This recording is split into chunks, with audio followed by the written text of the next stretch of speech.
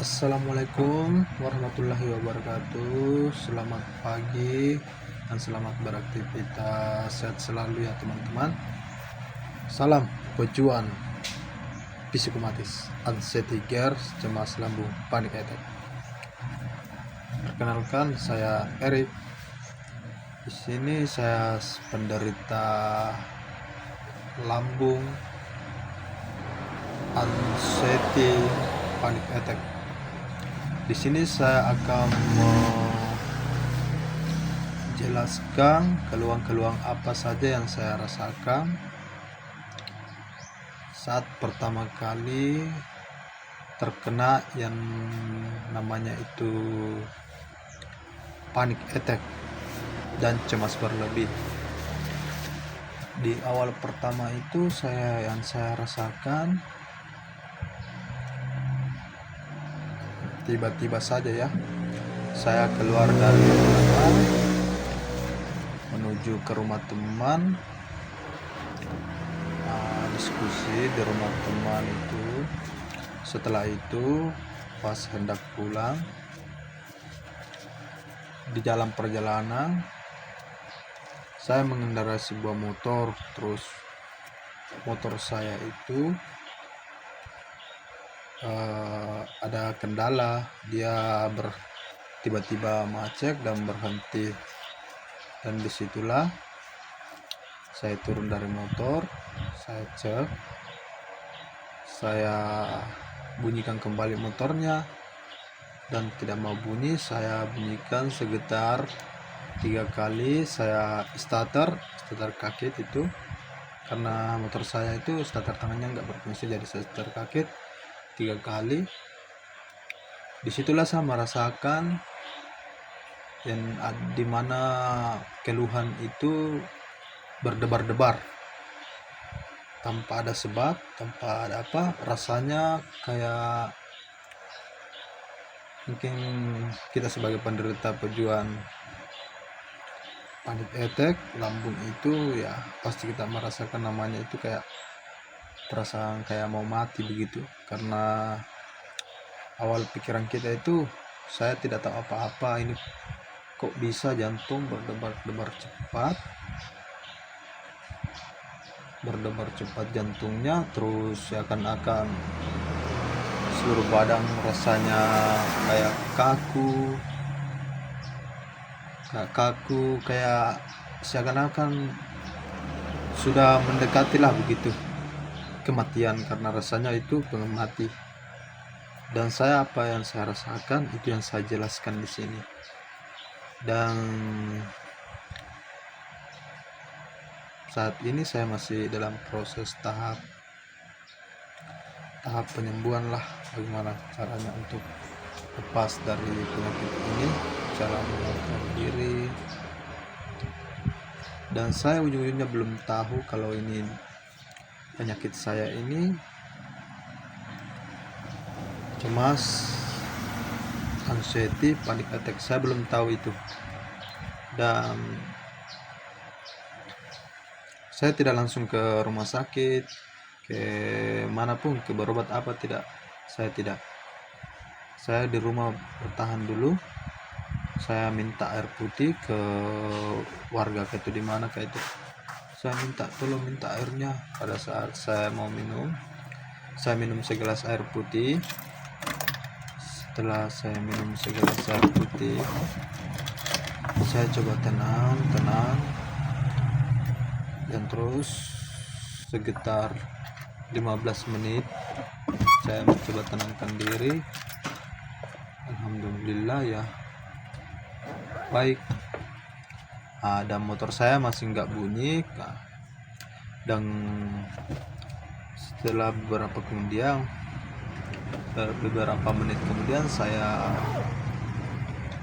motor saya bawa ke rumah dengan saya dorong sampai ke rumah, sekitar 5 meter sampai ke rumah, panik lagi, debar-debar lagi. Disitulah aku kebetulan ada mama saya mah, kenapa saya ini, tolong dikasihkan air dulu, pokoknya rasanya mau mati, melemas begitu. Kata mama, kenapa kamu ini? Terus disitulah saya berpikir, jangan-jangan saya ada gangguan jantung, bagaimana penyakit jantung begitu. Pada saat di rumah saya coba tenangkan diri, saya duduk terus berbaring. Saya duduk, saya tarik nafas begitu. Saya perbaiki perasaan karena orang tua bilang coba tenangkan pikiran, coba masih tenang, jangan langsung apa dibilang orang tua itu, jangan langsung kalang kabut begitu, coba tenangkan. Saya coba tenangkan, alhamdulillah. Dan di hari kemudian, esok harinya saya beraktivitas. Aktivitas saya sebagai kuli bangunan. Aktivitas saya itu sebagai kuli bangunan. Terus saya keesokan harinya saya sarapan. Seperti biasanya saya sarapan pagi sebelum berangkat kerja. Dimana kala itu di tempat kerja saya sudah mulai kerja sama teman-teman saya. Di situ terjadi,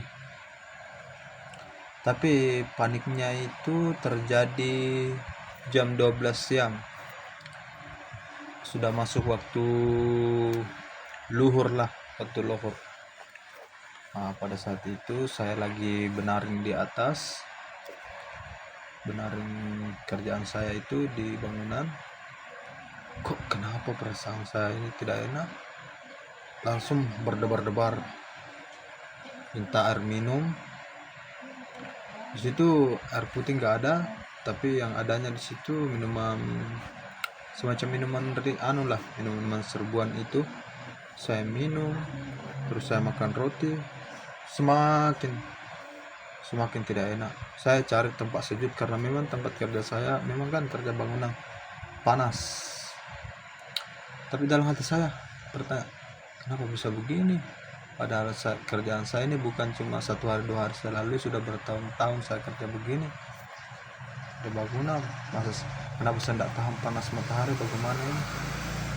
Saya cari perlindungan, saya cari tempat sejuk. Saya coba tenangkan diri lagi.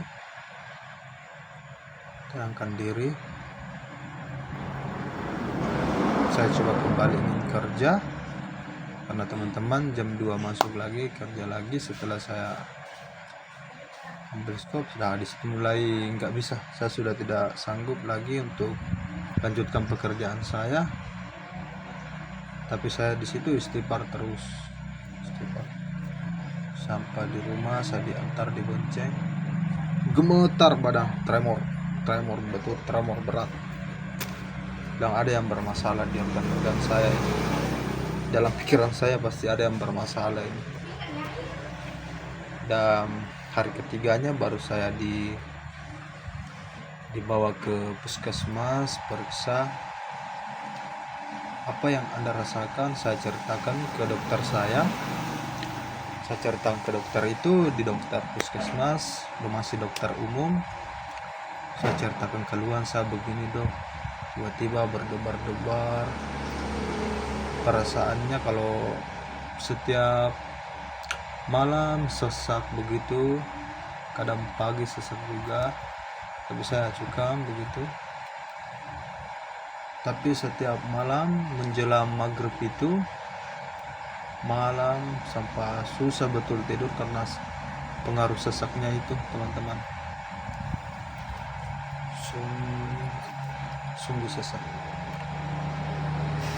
Dan dokternya bilang itu cuma pengaruh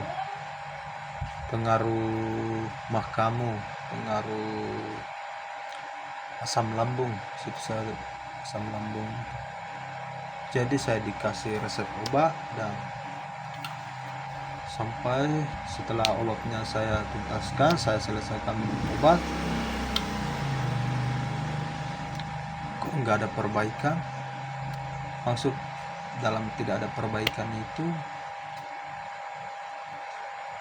obatnya habis, dalam saya mengkonsumsi obat itu kadang sesaknya hilang, kadang muncul.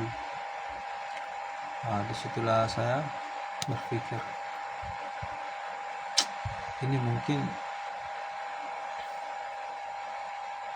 ada yang bermasalah ini di dalam tubuh ini. Tapi tetap saya berpikir ini pasti ada kaitannya dengan jantung, karena setiap kali itu jantung yang berdebar-debar. Yang di hari kelima itu saya tidak bisa dengar suara telepon, suara-suara saya sudah tidak bisa dengar, suara orang bertengkar, suara apapun itu keras langsung saya tremor, langsung rasanya pengen mati lah. Pengen mati rasanya, kayak perasaan itu dari awal memang juga rasanya bilang, saya sudah tidak lama lagi ini. Sejak awal sudah dikena debar-debar itu, rasanya mungkin saya sudah mau mati. Begitu yang saya rasakan ya. Nggak tahu teman-teman apakah sama atau enggak. Di sini saya utarakan yang apa saya rasakan, keluhan apa saja yang saya rasakan.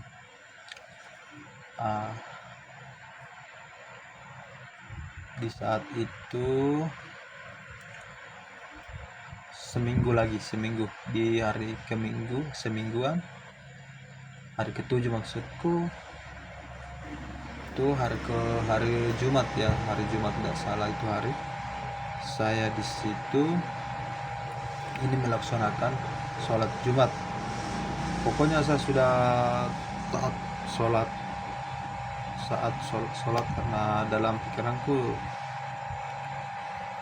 sudah tidak lama lagi, saya rasa sudah tidak lama lagi ini saya hidup begitu. Saya dalam pikiranku saya sholat terus. Pas di masjid saya ambil wudhu, tiba di masjid saya ambil wudhu, saya melangkahkan masuk kakiku ke masjid. Alhamdulillah baik-baik saja. Pada saat kita melaksanakan salat berjamaah, salat Jumat, di situ saya tidak sanggup lagi merasakan, saya pengen jatuh pusing pokoknya debar-debar kayak mau mati. Di situ saya tidak diam diri karena mungkin kayak malu kah bagaimana, kan banyak orang. Saya tidak diam diri, saya berjalan ke rumah sambil saya tekan dada saya begini, saya jalan sambil pelan-pelan betul saya jalan ke rumah. Ya Allah, tolong sampaikan saya ke rumah saya, ya Allah. Itu saya bilang, ya Allah, tolong kasih sampai saya ke rumah saya, ya Allah, ya Allah. Nanti saya laksanakan sembahyang Jumatnya di rumah saja, ya Allah. Disitulah saya putus asa. Dan setelah itu obat saya sudah habis, saya kontrol kembali ke puskesmasnya, sama saya dikasih arahan kalau begini, jangan makan yang begini, jangan makan begini, pedis-pedis, gorengan kurangi, makannya jangan kebanyakan, makannya sedikit-sedikit, jangan nunggu lapar sampai makan. Saya dikasih instruksi dari dokter, arahan untuk bagaimana cara pola makannya.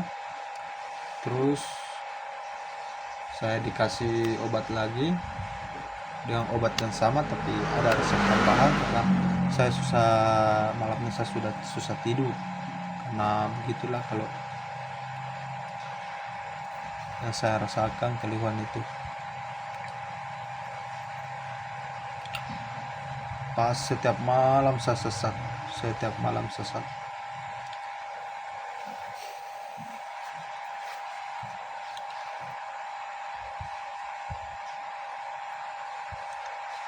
Dan itulah yang saya rasakan, teman-teman. Semoga kita diberikan kesembuhan oleh Allah Subhanahu wa Ta'ala ya teman-teman. Semoga penyakit ini cepat disembuhkan. Saya berharap begitu teman-teman. Oh teman-teman, sampai di sini dulu ya video saya teman-teman. Bye bye. Assalamualaikum warahmatullahi wabarakatuh.